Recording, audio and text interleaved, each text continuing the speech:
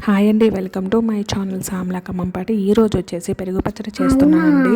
అందుకోసం అని చెప్పేసి పెరుగుని వాటర్ వేసి చిలుక్కుంటున్నాను కొంచెం పల్చగా.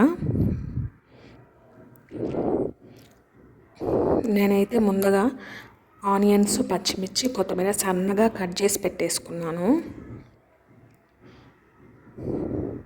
ఇప్పుడు ఇందులో వచ్చేసి టేస్ట్కి తగినంతగా కారం వేసేస్తున్నానండి.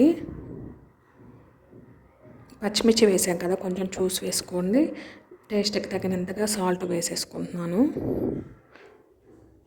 నెక్స్ట్ వచ్చేసి ఆనియన్స్, కొత్తిమీర, పచ్చిమిర్చి ఉన్నాయి కదా, అవి వేసేస్తున్నాను.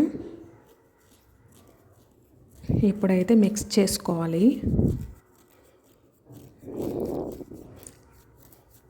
పెరుగు పచ్చడి రెడీ.